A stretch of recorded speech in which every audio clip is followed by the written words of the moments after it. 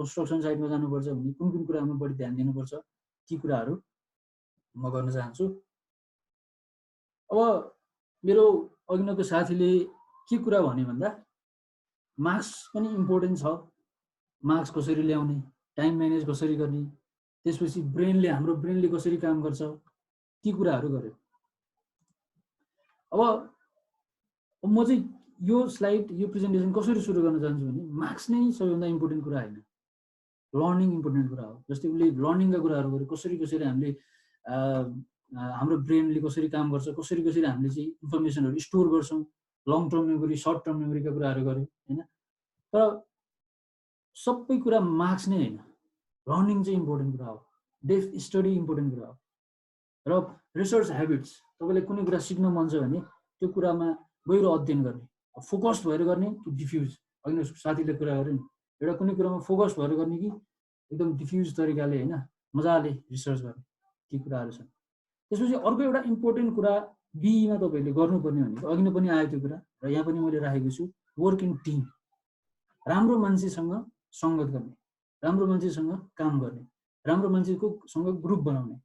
त्यसपछि मात्रै तपाईँहरूको चाहिँ बीमा एउटा युजफुल डेजहरू पास हुन्छ, युजफुल टाइम पास हुन्छ, तपाईँले केही नयाँ क्रिएट गर्नुहुन्छ, नयाँ अपर्च्युनिटीहरू तपाईँले क्रिएट गर्न सक्नुहुन्छ आफै पनि। जस्तै अहिले नै कुरा गर्नुपर्दा हाम्रो एउटा ग्रुप हो इसिएम भनेको, तर हामी त्यति सिनियर मोस्ट पनि होइन, हामीसँग त्यति नलेज पनि छैन, तर जति नलेज छ हामीले सेयर गरिरहेको छौँ। एउटा प्लेटफर्म बनाएको छौँ, सबै कलेजका सिआरहरू छन् हामीसँग, तिनीहरूबाट एउटा प्लेटफर्म बनाएको छौँ र एउटा इन्फर्मेसन फ्लो गरेर कुनै इभेन्ट गरिरहेको छौँ। सो यस्तो तपाईँले फ्रेन्ड सर्कलमा बस्नु कि त्यसले गर्दाखेरि चाहिँ तपाईँलाई इन्फर्मेसन आओस्, तपाईँको एकाडेमिक राम्रो होस्, तपाईँको प्रोजेक्ट राम्रो होस्। सो मार्क्स नै सबभन्दा इम्पोर्टेन्ट कुरा होइन। यो बिल गेट्सको एउटा कोट तपाईँले पढ्नुभयो होला, मैले धेरै सब्जेक्टहरूमा फेल भएँ, मेरो साथी सधैँ फर्स्ट हुन्थ्यो होइन, तर ऊ अहिले मेरो कम्पनीमा इन्जिनियर छ, म उसको धनी छु। सो मार्क्स नै सबभन्दा इम्पोर्टेन्ट कुरा चाहिँ होइन। अब त्यो भनिसकेपछि तपाईँहरूले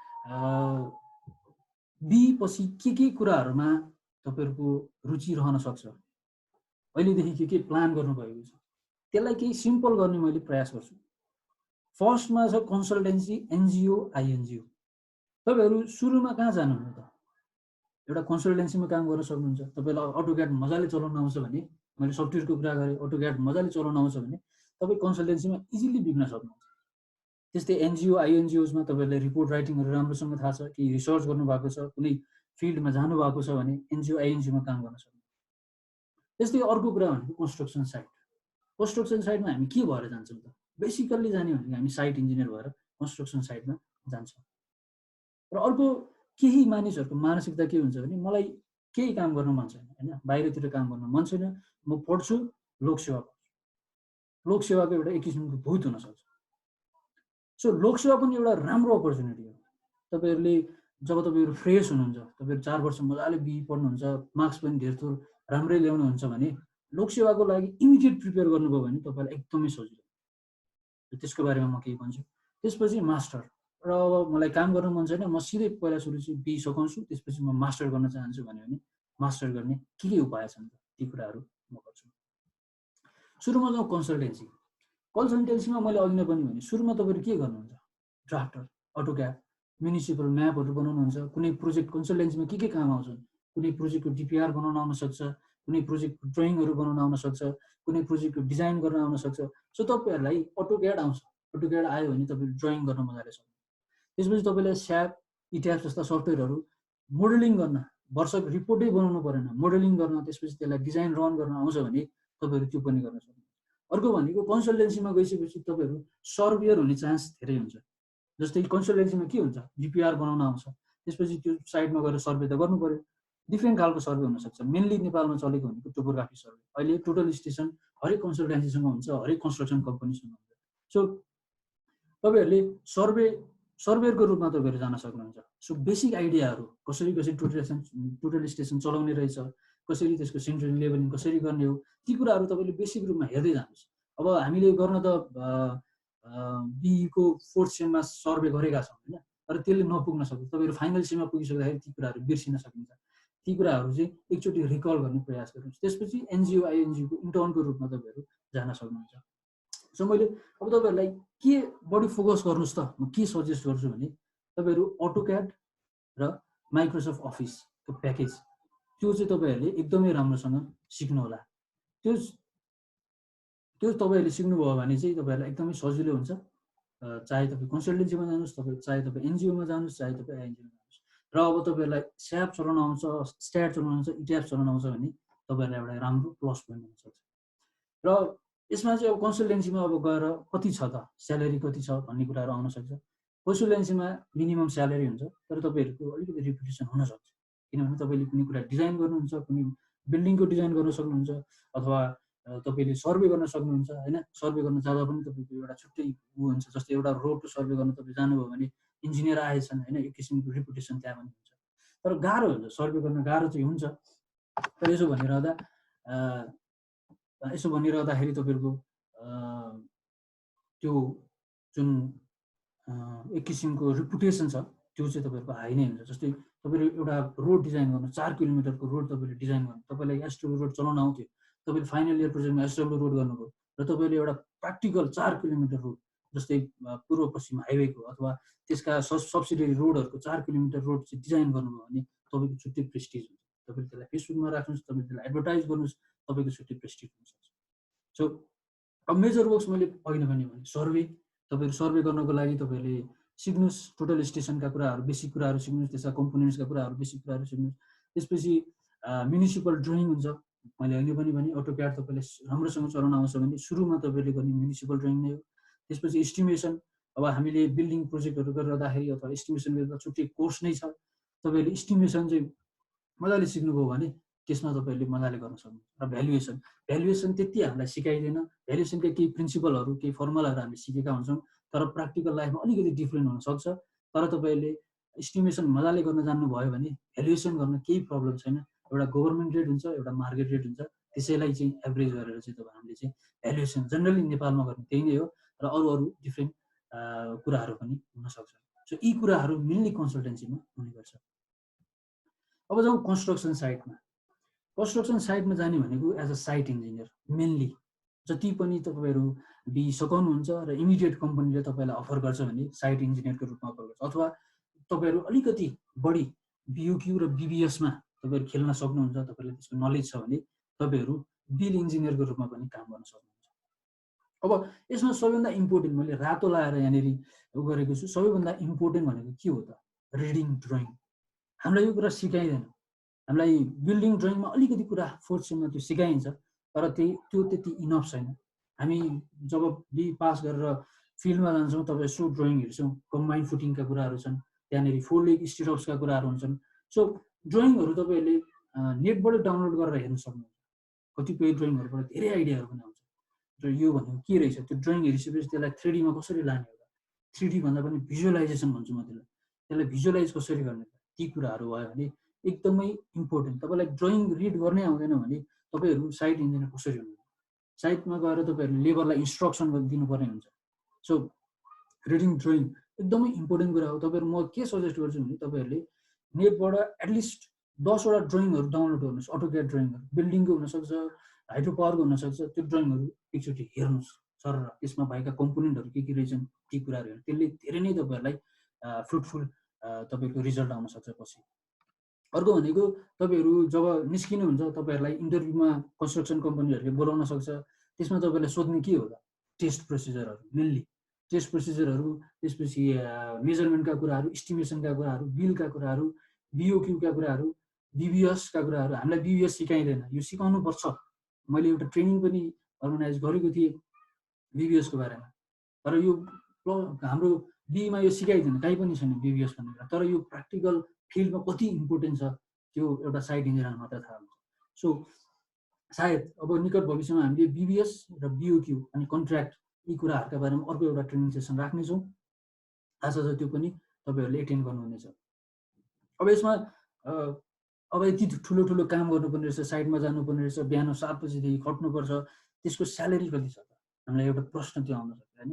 मान्छेहरू, कतिपय मान्छेहरू स्यालेरी केही कारणले गर्दा पनि साइटबाट भाग्छन् होइन। साइट इन्जिनियरहरू साइटबाट भागे भने कतिपय कुराहरूले गाउँमा जाँदाखेरि त्यो हल्लाहरू फिजिन्छ।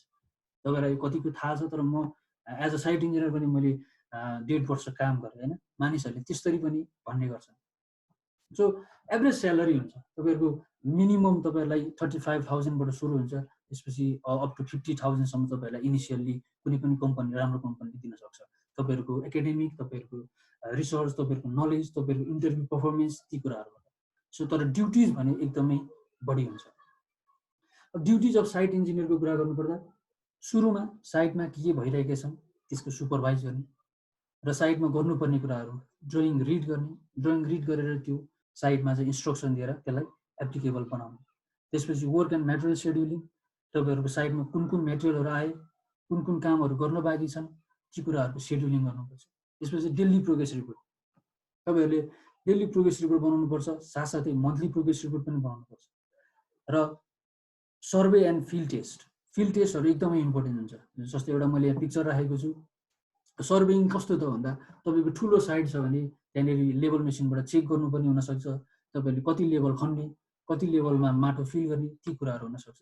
सो साधारण नर्मल सर्वेइङ गर्नुपर्छ। र फिल्ड टेस्टहरू जस्तै स्लम टेस्ट, जस्तै कम्प्रेसिभ स्ट्रेन्थ टेस्ट होइन, ट्युब टेस्टहरू बनाउने, त्यसपछि स्यान्ड टेस्ट, जस्तै ब्रिकको टेस्टहरू होइन, साइडमा चाहिँ कसरी गर्ने त, ती कुराहरू तपाईँले सिक्नुभयो भने तपाईँलाई साइडमा गएपछि एकदम सजिलो हुन्छ। अर्को भनेको सेफ्टी, हामीले सेफ्टीलाई अलिकति कम रूपमा लिन्छौँ एकदमै। म आफ्नै मेरो एउटा भाइलाई सम्झिन्छु, खोपो कलेज अफ इन्जिनियरिङको। उहाँ साइडमा काम गर्दा गर्दै होइन उहाँको देहान्त भयो, टनेलमा काम गर्नुहुन्थ्यो, उहाँको देहान्त भयो। एकदमै पीडा लाग्छ होइन, कति सेफ्टीको इम्पोर्टेन्स छ। एज अ साइट इन्जिनियर हामी जुन पनि फिल्डमा जान सक्छौँ, चाहे बिल्डिङमा होस्, चाहे हाइड्रो पावरमा होस्, चाहे इरिगेसनमा होस्, जुनसुकै फिल्डमा गए पनि सेफ्टी एकदमै इम्पोर्टेन्ट। तपाईँहरूले यो कुरालाई एकदमै ध्यान दिएर पछि यो कुरा सम्झेर तपाईँहरू जानु होला होइन। सो त्यसपछि अर्को छ, मैले रातो लागेको छु, मैले अघि नै पनि भने बिओक्यू एन्ड बिबिएस एकदमै इम्पोर्टेन्ट कुरा हो। चाहे बिल बनाउनु होस्, चाहे फिल्डमा होस्, चाहे क्वान्टिटी क्यालकुलेसन होस्, चाहे क्वान्टिटी मेजरमेन्ट होस्, हरेक कुरामा यी दुईवटा कुराहरू एकदमै इम्पोर्टेन्ट हुन्छ। यो कुराको बारेमा म तपाईँहरूलाई अर्को अपडेट कहिले हुन्छ हाम्रो त्यो त्यसका बारेमा म इन्फर्मेसन दिन्छु। तर यो दुईवटा बारेमा म छुट्टै एउटा वेबिनार अथवा ट्रेनिङ सेसन राख्नेछु। स्याम्पल अफ बिओक्यू, तपाईँले बिओक्यू त मजाले हामीले गरेका पनि छौँ इस्टिमेसनमा, बिओक्यू कस्तो हुन्छ भन्ने कुरा होइन, यो खासै भनिरहनु परेन। र बिबिएसको चाहिँ म सानो तपाईँलाई उदाहरण दिन चाहन्छु।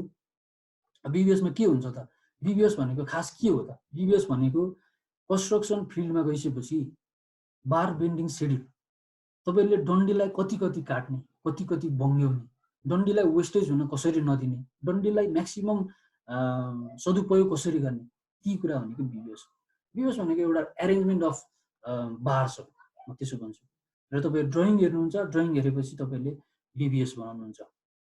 सो मेनली स्ट्रक्चरल ड्रइङबाट तपाईँहरूले बिबिएस बनाउनुहुन्छ। सो यसमा के हुन्छ नि त भन्दा एउटा डिस्क्रिप्सन एन्ड सेप, कस्तो सेपको डन्डी काट्ने त, कति लेन्थको काट्ने त, कति साइजको काट्ने, कतिवटा काट्ने। जस्तै एउटा फुटिङको इक्जाम्पल लिउँ, त्यो फुटिङमा एउटा पर्टिकुलर सेपको डन्डी कतिवटा चाहिन्छ, त्यो कुराहरू हामीले क्यालकुलेट गर्छौँ। र अब यो क्यालकुलेट गरिसकेपछि के गर्ने त भन्दा, क्यालकुलेट गरिसकेपछि त्यहाँको लेबर हुनसक्छ, सुपरभाइजर हुनसक्छ, अथवा आफै इन्भल्भ भएर चाहिँ त्यो काट्न लगाउने, त्यसलाई त्यस्तो सेपिङ गर्ने। र रिक्वायर्ड पोजिसन, त्यसको पोजिसन के हो त, कुन फुटिङ पनि धेरै प्रकारको हुनसक्छ। एउटै बिल्डिङमा कम्बाइन्ड फुटिङ हुनसक्छ, आइसोलेटेड फुटिङ हुनसक्छ। त्यो रिक्वायर्ड पोजिसनमा लगेर त्यसलाई राखेर प्रपरली टाई गर्ने। सो बिबिएसको इम्पोर्टेन्स यति छ। र अर्को बिबिएसको मेन इम्पोर्टेन्स भनेको जस्तै फिल्डमा कति डन्डी खर्च भयो त, एउटा भनेको त्यसले फिल्डमा काम गर्न सजिलो गराउने भयो, अर्को भनेको त्यसले हाम्रो एउटा बिल्डिङमा अथवा एउटा प्रोजेक्टमा एउटा कम्पोनेन्टमा कति डन्डी गयो, कति केजी डन्डी गयो, अथवा कति टन डन्डी गयो, त्यो कुरा निकाल्नको लागि हेल्प गर्छ। र बिल्डिङमा अभियसली यसले पछि गएर हेल्प गर्छ। मेजर कन्स्ट्रक्सन एरियाज भन्नुपर्दा मैले अघि पनि भने बिल्डिङ, रोड, हाइड्रो पावर, त्यसपछि इरिगेसन, ब्रिज र ट्रान्समिसन लाइन्स, यिनै हुन् मेनली हाम्रो नेपालमा चाहिँ। तपाईँहरू पछि बी क्लियर गरिसकेपछि तपाईँहरू जाने साइटहरू भनेर। र बेसिकली अलिकति गाह्रो भनेको रोडमा पनि हुने गर्दछ, त्यस्तै हाइड्रो पावरमा अलिकति गाह्रो हुने गर्दछ, र बिल्डिङमा रिलेटिभली सजिलो हुन्छ। तैपनि हाइराइज बिल्डिङहरूमा भने अलिकति गाह्रै हुन्छ, तपाईँहरू सेफ्टीमा चाहिँ रहनुपर्छ। अब जाउँ थर्डमा, लोकसेवा। लोकसेवा मान्छेहरू हाँस्छन्, तपाईँलाई देखेर लोकसेवा पढ्न थालिसस् भन्छन्। यसमा म दुईटा कुरा भन्छु, डेडिकेसन एन्ड प्यासन्स एकदमै चाहिन्छ। मान्छेहरूको तपाईँको पास हुने बित्तिकै फेसबुकमा पोस्ट गर्छन् आई जोइन दिस कम्पनी भनेर, तर त्यो बेला तपाईँले प्यासन्स लुज गर्नु, तपाईँसँग डेडिकेसन हुनु। मैले पनि काम गर्न पाएको भए हुन्थ्यो, कति पढ्नु, 4 वर्ष पढ्यो, फेरि कति पढ्ने, त्यो एउटा मनोभावना आउनु सक्छ, त्यो तपाईँहरूको आउनु भयो। Dedication and passions are key. Government जब पनि त्यति नराम्रो जब होइन, कति बेला लाग्न सक्छ कि गभर्मेन्ट जब किन गर्नु, गभर्मेन्ट जब त्यस्तो लाग्न सक्छ, तर गभर्मेन्ट जब भनेको हो त यो लास्ट राम्रो जब गभर्मेन्ट खतरा हो। सो अब फर्स्ट स्टेप भनेको के हो त भन्दा बाइङ बुक्स भन्छु म। फर्स्टमा तपाईँले के किताबै किन्नु भएन भने के पढ्नुहुन्छ, जस्तै विभिन्न किताबहरू छन् बजारमा होइन, तपाईँले किन्न सक्नुहुन्छ। त्यसपछि तपाईँहरूको एउटा डेडिकेसन छ, प्यासन छ, म गभर्मेन्ट जब गर्छु भन्ने एउटा तपाईँहरूको दृढ विश्वास छ भने तपाईँहरूले फर्स्ट स्टेप भनेको तपाईँले रजिस्टर गर्नु पर्यो। लोकसेवाको वेबसाइटमा आफूलाई रजिस्टर गर्नुहोस्। तपाईँले जब कलेजबाट बाहिर आउनुहुन्छ लोकसेवामा रजिस्टर गर्नुहोस्। त्यसपछि कुन फिल्डमा जाने हो, गभर्मेन्ट जबको पनि डिफ्रेन्ट निकायहरू छन्, डिफ्रेन्ट ब्रान्चेसहरू छन्, केन्द्र छ, स्थानीय तह छ, प्रदेश छ, त्यस्तै अरू अरू निकायहरू पनि छन्। ती निकायहरूमा कस्ता कस्ता सिलेबसहरू छन्, अनलाइन मेटेरियलहरू के छन्, ती कुराहरू तपाईँले डाउनलोड गर्न सक्नुहुन्छ। सो अब मान्छेहरूले सोध्ने गर्छन्, स्टुडेन्टहरूले बेसिकल्ली सोध्ने गर्छन् कि कुन बुक चाहिँ राम्रो त, कुन बुक चाहिँ बेस्ट छ त। म के भन्छु भने बेसिकल्ली कोर इन्जिनियरिङ बुक छ।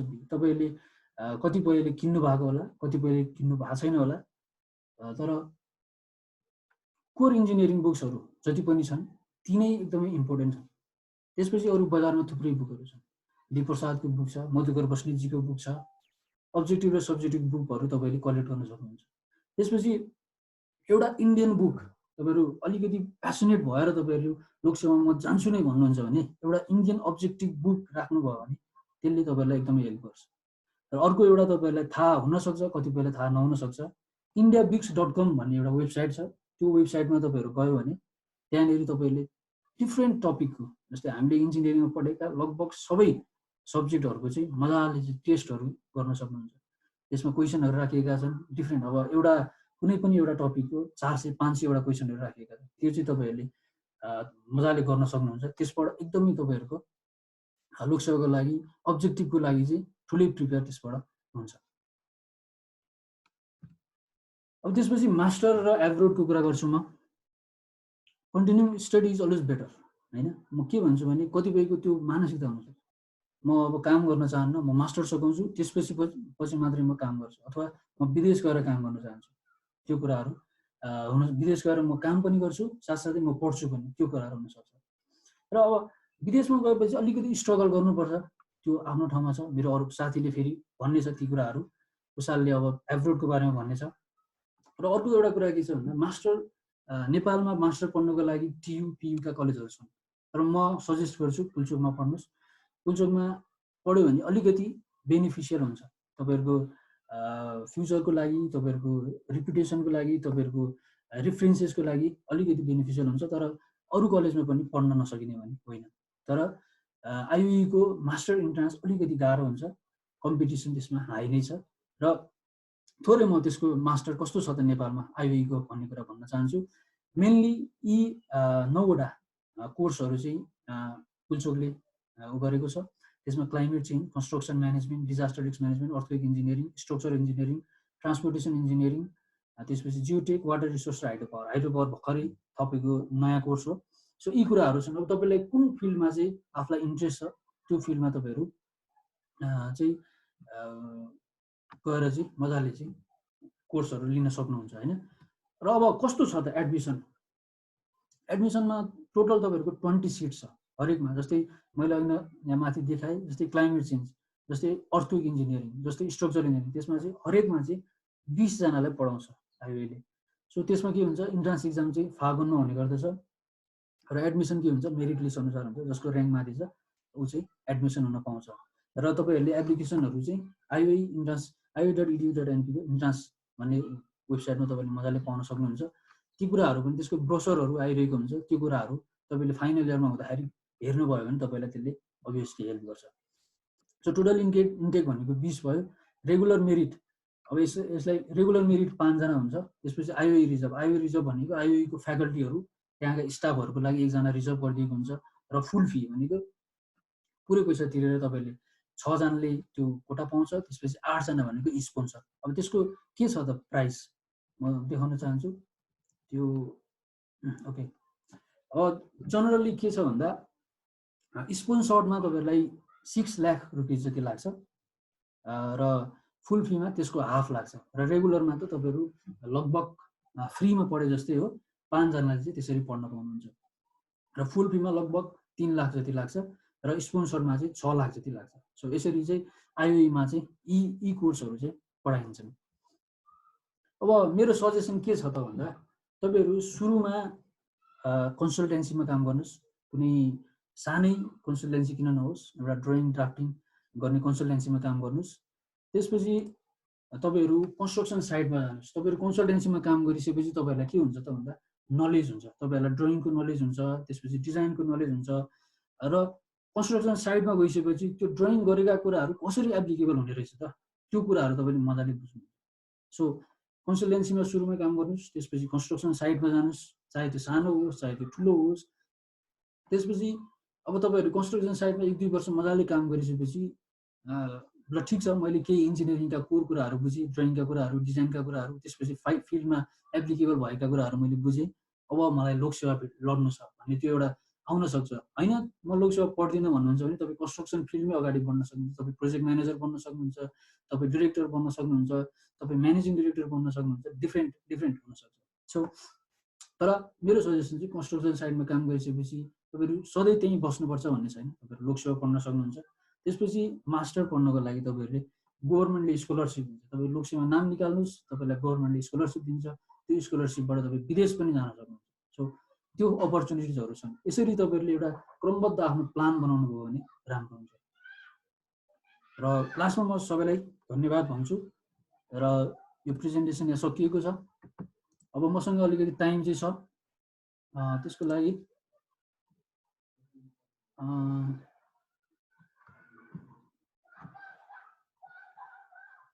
कुशाललाई आफैलाई अनम्युट गर्नको लागि म अनुरोध गर्छु।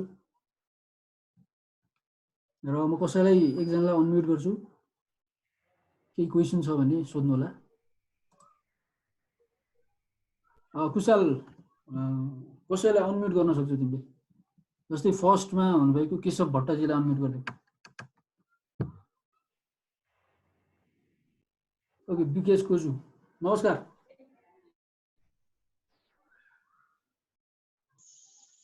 विकेश कोजुजीको आवाज आउँछ? विश्व शर्मा, ओके।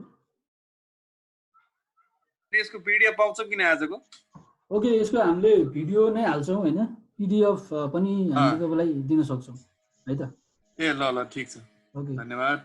यस, अर्को एकजनालाई अनम्युट गर कसैलाई।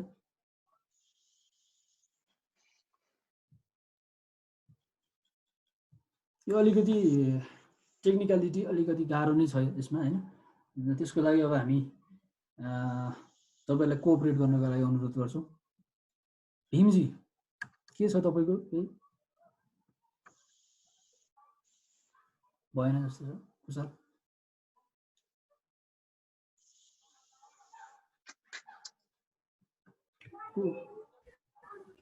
को अनम्युट भयो? च्याटमा पढ्दै गर्दा हुन्छ नि त, यो अनम्युट अलिकति ट्रिकी रहेछ के।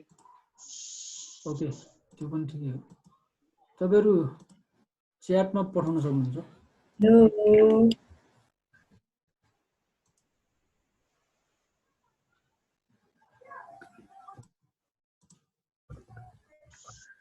केही क्वेसन छ भने तपाईहरु च्याटमा पठाउन सक्नुहुन्छ। च्याटमा उ गर्दियो, प्राइभेट मेसेज हैन त्यहाँ एउटा अप्सन हुन्छ त्यो गणेश सर। हजुर भन्नुस्। कोही अनम्युट भएको थियो, भएन फेरि। हाम्रो एसीएम ले चाहिँ कस्तो क्राइटेरिया राखेको छ हायर गर्नलाई चाहिँ?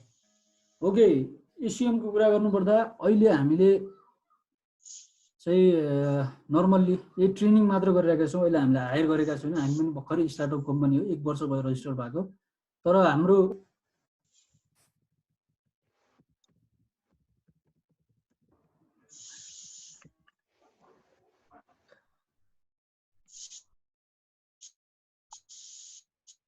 के भयो आवाजै सुन्नेन है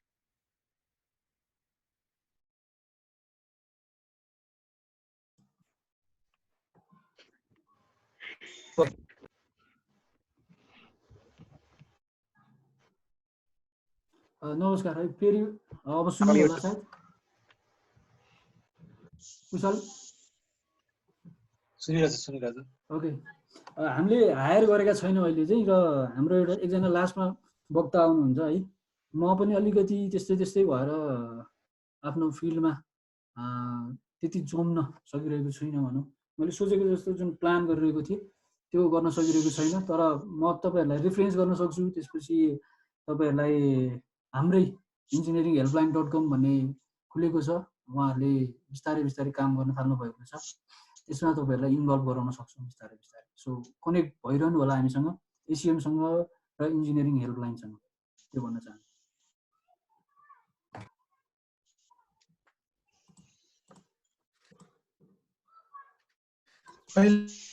एजुकेसनमा के कस्तो अवसर आउन सक्छ पास हुने बित्तिकै चाहिँ के भन्नुभयो फेरि भन्नुहोस् अहिलेको सिचुएसनमा चाहिँ के कस्तो अवसर आउन सक्छ के तपाईँहरूलाई अब हामीले मेनली भनेको सर्वेइङमा पठाउन सक्छौँ एउटा त्यसपछि हामीले तपाईँहरूलाई ड्राफ्टिङमा हेल्प गर्नको लागि राख्न सक्छौँ त्यसपछि डिपिआर प्रिपेयर गर्नको लागि तपाईँहरू रिपोर्ट राइटिङमा राम्रो हुनुहुन्छ भने ती कुराहरूमा तपाईँहरूलाई हामीले हायर गर्न सक्छौँ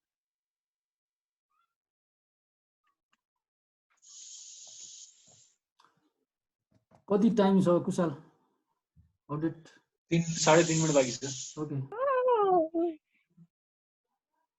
च्याटमा केही क्वेसन आइरहेको छ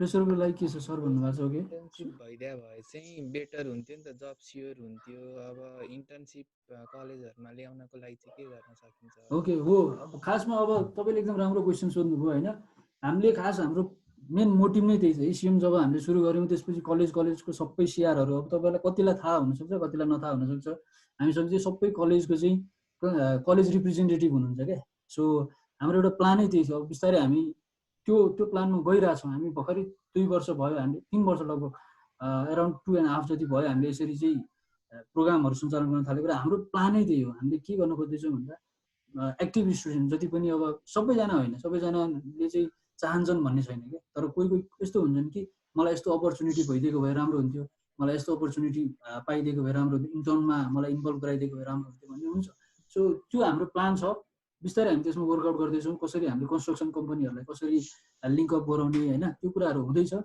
र त्यो बिस्तारै हुन्छ भन्ने मेरो आशा छ है सो मेन प्लान त्यही नै हो हाम्रो तपाईँहरूलाई 4th इयरदेखि नै अझ भनौँ 4th इयरदेखि नै इन्टर्नमा इन्भल्भ गरायो भने स्टुडेन्टहरूलाई एकदमै बेनिफिसियल हुन्छ पछि उनीहरू गइसकेपछि कलेजबाट भन्ने एउटा त्यो धारणा त्यो रोड म्याप हाम्रो त्यही नै हो यसमा हामी कतिको सम्भव छ हामीले ट्राई गर्छौँ त्यही भएर कनेक्ट गरिरहनु होला तपाईहरुको तर्फबाट भयो अनि खास गरी अब इन्टर्नसिप हुनु पर्ने त कलेज मार्फत नै हो नि त फेरि कलेजको प्रोजेक्टहरु पनि हुन्छ होटललाई चाहिँ कसरी व्यवस्थित गर्न सकिन्छ अब त्यसलाई त्यही त मैले भने कि हामीले के गर्छौँ भन्दा एउटा हाम्रो सबै कलेजको अब अहिलेसम्म हामी अफिसियल रूपमा गएको छैनौँ जस्तै हामीले कलेजसँग पर्मिसन लिएर कलेज रिप्रेजेन्टेटिभहरू चुज गरेर आएको होइन हामीले यही सोसियल मिडियाकै माध्यमबाट चाहिँ कलेज रिप्रेजेन्टेटिभ चुज गरेका छौँ र एउटा प्लेटफर्म बनाएका छौँ होइन अब चाहिँ बिस्तारै हामी हाम्रो कम्पनी पनि रजिस्ट्रेसन भएको छ त्यसपछि हामी कलेजलाई चाहिँ अफिसियल रूपमा लेटर लेख्छौँ त्यसपछि हामीलाई यस्तो छ हामी एउटा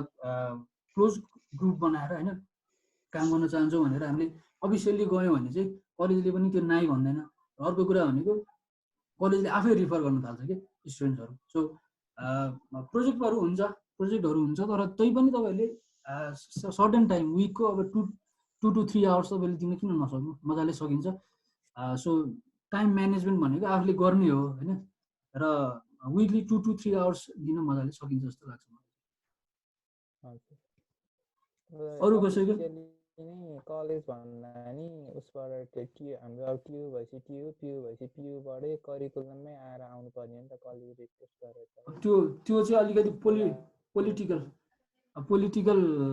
कलेजमा प्रोग्राम हुन्थ्यो त पहिला पनि आएर सिआर बनाएकै हो विपुल भाइ सिआर हाम्रो हिमालय कलेजमा त यहाँ सधैँ आएर हरेक वर्ष काम गरेर नि हामीले सिआर पनि त बनाएको हो नि हो हो यस्तो भनेको होइन विश्व दाइ, हाम्रो उसको इन्टर्नसिपको कुरा गरेको कि उहाँले चाहिँ अलिकति माथिबाटै होस् भन्ने चाहनु भएको छ भन्नाले अफिसियल्ली एकदमै सिलेबसमै होस् अथवा गभर्मेन्ट तर्फबाटै आओस्, टियुको अब माथिबाटै आओस् भन्ने चाहनु भएको छ। त्यो पनि बिस्तारै होला होइन, तर त्यहाँसम्म हामी अहिले पुग्न सक्दैनौँ। हामीले गर्ने भनेको कलेजसँग एप्रोच गर्न सक्छौँ र बिस्तारै बिस्तारै